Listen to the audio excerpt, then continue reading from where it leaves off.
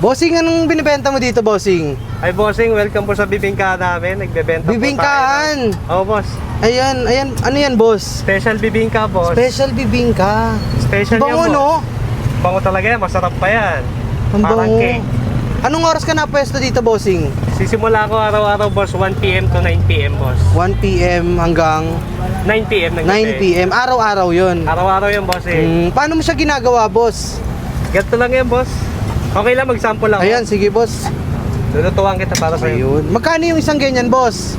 Mura lang, boss. 75 pesos. 75 pesos lang yun. Anong ano nun, boss? Special Anong na yun. kasama niyan?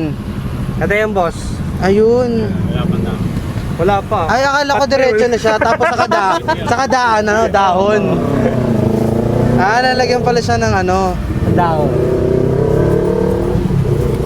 ayun, nilagyan ng dahon. Yan pala yung dahon, no, boss? Ayun, oh. Ah, may ganun. Ano yun, boss? Homemade yung dahon niya, no? Homemade yan, boss. Homemade, nakabilog eh, no? Ayun, oh. Homemade self-made. Ayan, pa yan. anong exact ano nyo, boss? Location nyo dito, bossing? Exact location po namin, nandito po tayo sa Green Gate Homes. Tempiling Ewan, top ni ano, sa Brosa, Laguan. Ayan, dito lang mismo sa may gate, no, boss? Bossing, gaano katagal naman ginagawa yan, boss? O, yun, Usually, oh. sir, ang cooking time po nito is 8 to 10 minutes. 8 to 10 minutes. Oo. Kaya Ayun. marami tayong mga lutuan kasi minsan marami umu-order eh. Kala ko kanina kung ano yung tinitinda mo eh, oh. Ayan, oh.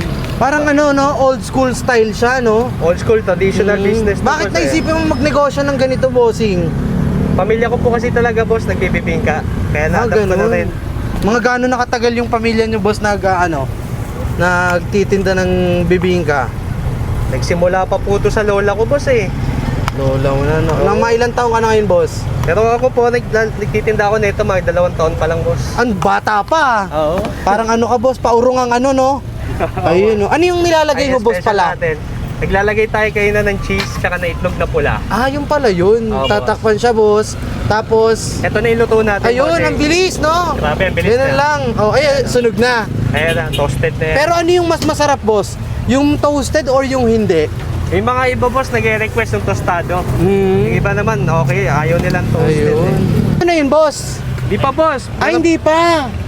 Anong May nilalagay sa may kanya, toppings boss? pa tayo, boss. Ah, Niyog. toppings. Nips ba yan? Nips? Niyog Parang yan, boss. Pringles eh, no? Color white na Pringles. White Ayun. Pringles yan, boss, boss. baka may ano to ha, kaya madami kasi vlogger. Hindi, boss. Yan talaga usual serving ko. Ayan talaga. Oh, ano pa yan, boss? May toppings pa tayo, Baka ayaw naman tumigil nito. Uy. Ube. Ah, ube. Yung pala yung ube, no? Kaya pala violet. Violet, kakaiba. Pag violet ba, boss, ube yon? Violet, ube. Ah, violet ube. Parang Ayun, no, vanilla. parang siyang ano, pancake na, no? Oo, boss. Halos pancake na siya. So, ito po ating special bibingka. Ayun. Ayan. Bossing, paano naman kung ano, tropang bahay ako, team bahay ako, saan ako pwedeng mag-order? Pwede po tayong order through online. Tapos, tignan nyo lang po dito. Ayun.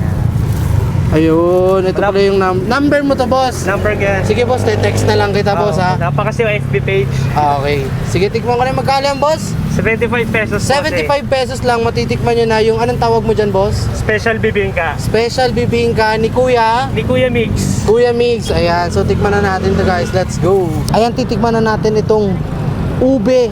Ah? Bibingka na may ube sauce. Grabe, nausok po. Tikman natin.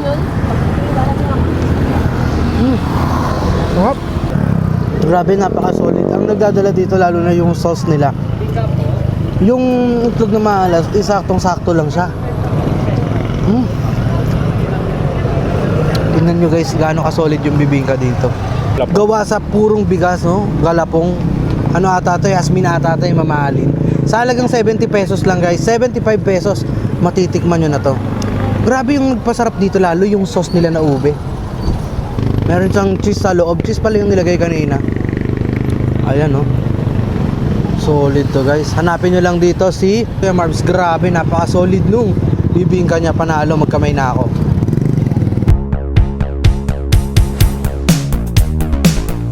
Hataw!